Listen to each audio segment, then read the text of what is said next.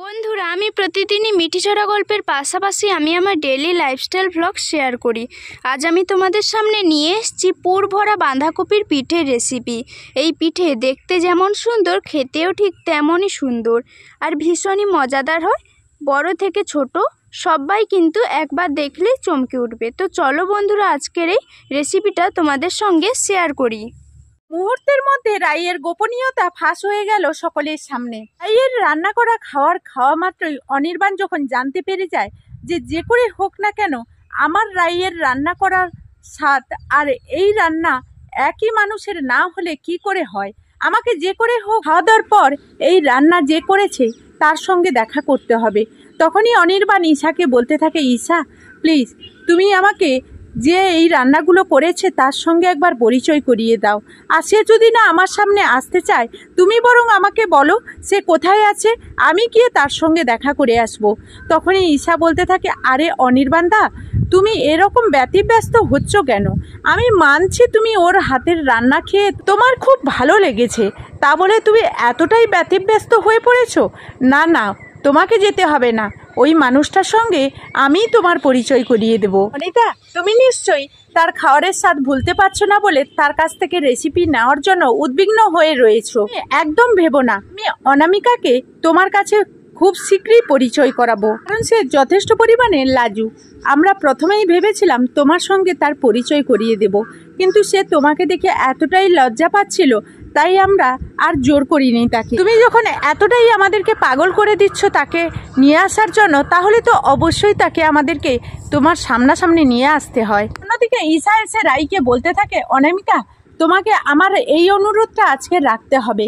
আমার কথাটা রাখার জন্য হলেও একবারের জন্য অন্তত অনি দাদাভাইয়ের সাথে গিয়ে তোমাকে দেখা করতে হবে। অন্যদিকে রাই বলতে থাকে, প্লিজ ঈশা আমি তোমাকে হাত জোড়ো করে অনুরোধ করছি বোন, তুমি আমাকে এই কথাটা রাখতে বলো না। অনামিকা তুমি একটা কথা বলো তো, অনি দাদাভাইয়ের সঙ্গে দেখা করার জন্য এর পেছনে কি কোনো গোপন রহস্য আছে যেটা অনি দাদাভাই তোমার সামনে আসা মাত্রই ফাঁস করে দেবে? এই জন্য কি তুমি তাকে এড়িয়ে যাওয়ার চেষ্টা করছো? নচেত আমি সেই প্রথম থেকেই দেখছি অনি দাদাভাই যেই খাবারগুলো খেতে খুব পছন্দ করে এক্স্যাক্টলি তুমি সেই খাবারগুলো বানাচ্ছ, আর বড় তোমাকে অনির্বাণদা অনেক করে রিকোয়েস্ট করা সত্ত্বেও তুমি তার সামনাসামনি যেতে রাজি হচ্ছ না। এর পেছনে যদি কোনো গোপন রহস্য থেকে থাকে তাহলে আমি তোমাকে বলছি অনামিকা, আজকের কিন্তু সেই গোপন রহস্যের পর্দা ফাঁস হবে। কারণ তুমি যদি স্বেচ্ছায় অনির্বাণ দাদাভাইয়ের কাছে যেতে বাধ্য না হও তাহলে আমি কিন্তু অনির্বাণ দাদাভাইকে তোমার ছবিটা দেখাতে বাধ্য হব। নিশ্চয়ই তুমি এমনিতেই ফেসে যাবে, তাই আমি তোমাকে বলছি অনামিকা তুমি অন্তত আমার কথা শুনে অনির্বাণ দাদাভাইয়ের সামনে চলো। অনির্বাণ দাদাভাইয়ের সামনে গিয়ে মুখোমুখি হয়ে আমার ধারণাগুলো তুমি ভুল প্রমাণ করে দেবে। অন্যদিকে রাই বলতে থাকে, ঠাকুর তুমি আমার এই অগ্নি পরীক্ষা কেন নিচ্ছ বলো তো?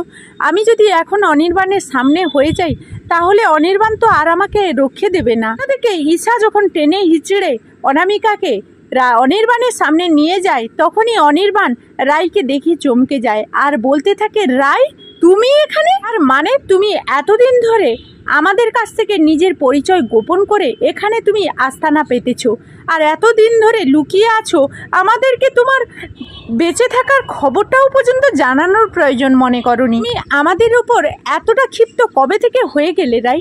না আমাদের উপর কোন অপরাধের প্রতিশোধ নিচ্ছ রাই? অনামিকাকে দেখে যখন অনির্বাণ চমকে ওঠে তখনই ঈশা বলতে থাকে, কি ব্যাপার অনিতা তুমি অনামিকাকে দেখে এভাবে চমকে উঠলে কেন? অন্যদিকে অনির্বাণ রাইয়ের নামে অনামিকার নাম শুনে চমকে উঠে আর বলতে থাকে, তোমার কোথাও ভুল হচ্ছে, ও রাই, ও কোনো মতেই অনামিকা হতে পারে না। মুহূর্তের মধ্যেই রাইয়ের গোপনীয়তা ফাঁস হয়ে গেল। তো বন্ধুরা, এই ছিল মিঠিঝরা ধারাবাহিকের নতুন আপডেট। পিঠে তো অনেকভাবেই খেয়েছো তাই না? কখনো কি এইভাবে পুর ভরা বাঁধাকপির পিঠে খেয়েছো? হ্যাঁ বন্ধুরা, আজ আমি তোমাদের সঙ্গে শেয়ার করব পুর ভরা বাঁধাকপির পিঠে। তো চলো আজকের ভিডিওটা শুরু করি। তো বন্ধুরা, আজকের আবারও তোমাদের সামনে নতুন একটা রেসিপি নিয়ে হাজির হয়ে গেছি। সামনে শেয়ার করব বাঁধাকপির পুর ভরা পিঠে। তো বন্ধুরা, পুরো ভিডিওটা দেখতে থাকো, আশা করি আজকের ভিডিওটা ভালো লাগবে।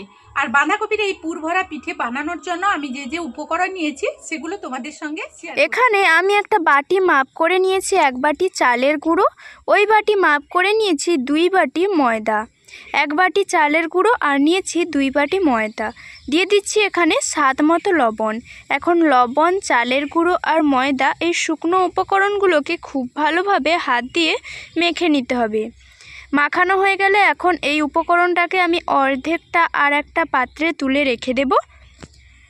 আমি বেশ কিছুটা পরিমাণ আর একটা পাত্রে তুলে রেখে দিলাম। এখন এইদিকে বাঁধাকপির পাতার কালারের জন্য আমি এখানে পালং শাকের মিক্সিতে দিয়ে পেস্ট করে ছাঁকনিতে ছেঁকে রসটা বের করে নিয়েছি। এখন এই রসটাকে এই মিশ্রণের মধ্যে দিয়ে আমি একটা স্মুথ ডো তৈরি করে নেব।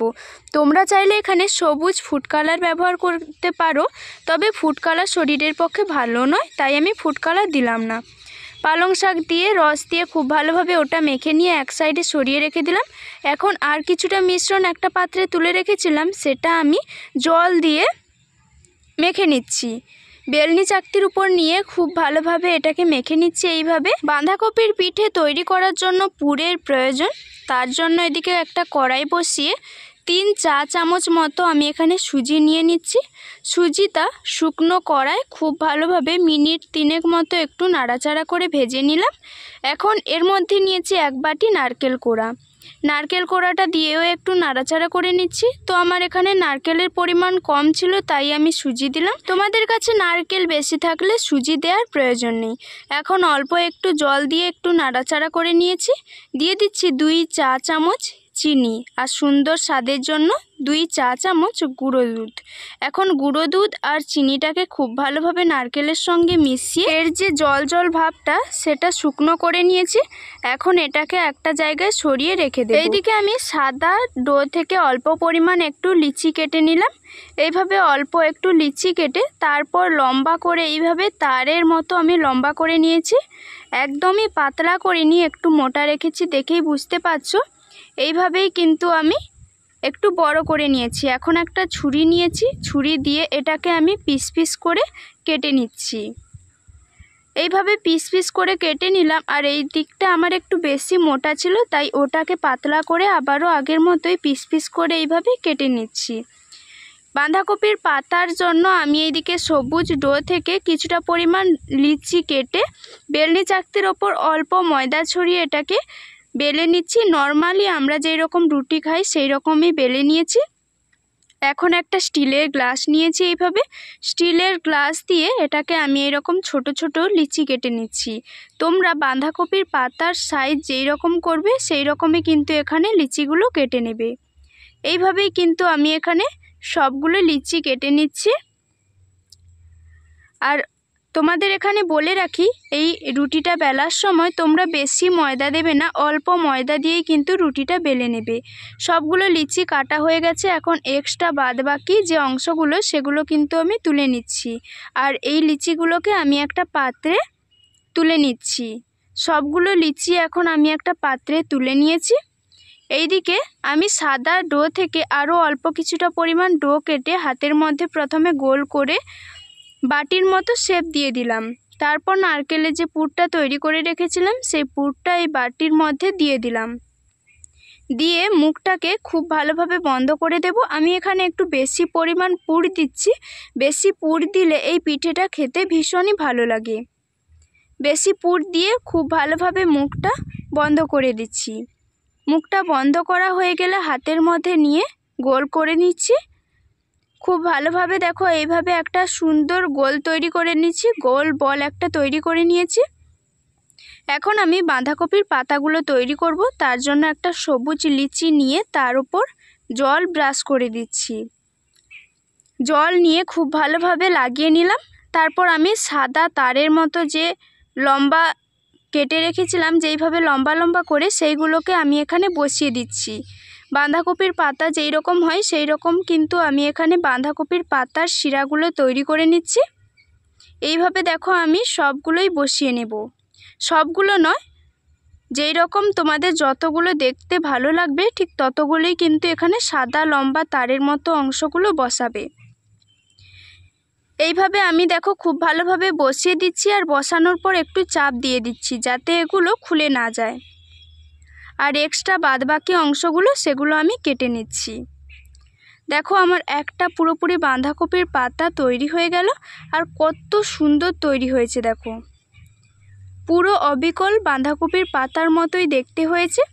এইভাবেই কিন্তু আমি সবগুলো বাঁধাকপির পাতা তৈরি করে নেব। এখন দেখো এদিকে আমার সবগুলো বাঁধাকপির পাতা তৈরি হয়ে গেছে। আর আমি গোল সাদা যে বলটা তৈরি করে রেখেছিলাম তার চারিদিকে গায়ে খুব ভালোভাবে একটু জল লাগিয়ে নিলাম। তারপর একটা করে বাঁধাকপির পাতা নেব আর এইভাবে উল্টো দিক দিয়ে আমি বসিয়ে দেব। বাঁধাকপির পাতা যেই রকম হয় সেই রকমভাবেই কিন্তু বসাচ্ছি। এইরকমভাবে জল দিয়ে বসিয়ে দেব।